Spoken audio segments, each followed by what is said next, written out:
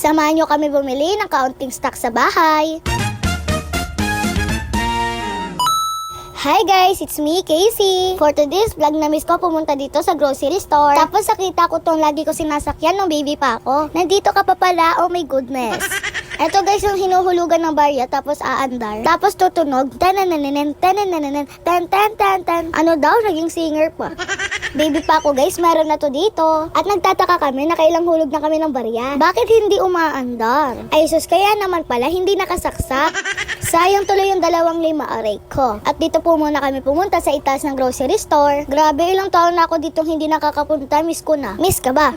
Sana all miss, Charis. Nandito po kami kasi naghahanap si Mama Mila ng plancha at heater. Malapit na po kasi siyang umuwi ng summer. At habang nag-iikot-ikot siya, nag-iikot-ikot din kami. Nakakita pa kami dito ng bola. Buti na lang hindi namin kasama si Kuya. Baka magpabili pa yun. At nakita ko tang panlinis ng chupon. Naalala ko tuloy yung pagka-baby ko. Ano ba yan? Pati pajama dito kasi namimili si Mama at Papa noon. Sabi ko kay Papa, bili mo ko yan. Sabi niya, tingin mo, kasya pa sa'yo yan. Tapos ito, ang ganda na itong table na to, oh. Bet ko, kaso walang money. At ang gaganda din ng mga slippers nila dito. Ang gaganda ng Crocs, sayang walang kasya sa akin. Sayang talaga guys, ang gaganda pa naman. Gaganda pa ng design, sayang. Guys, maingay ba yung background ko? Kumakanta kasi sila ng happy birthday. Ito yung happy birthday, happy birthday, happy birthday.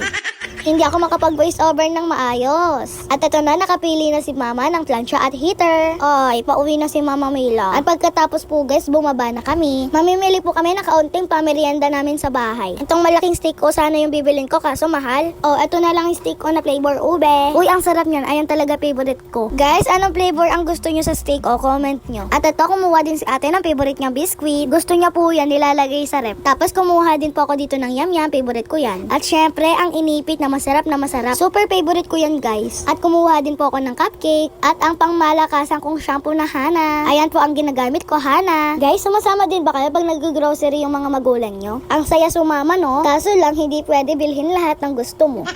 At ito na po, kami ay pauwi na. And fast forward ng pinakamabilis, inayos ko na po ang aming napamili. Lalagyan po yan ng mga prutas pero yung amin lalagyan ng biskwit. Oh, ilang araw na namang busog si Charis.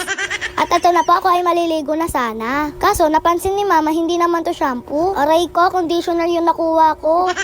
Hayaan mo na yan, okay na yan. Ang mahalaga, meron kaysa sa wala. At mga Charis, abangan nyo yung sinulog namin bukas. Excited na ako i-share sa inyo yun ulit. Bye guys, salamat sa panonood.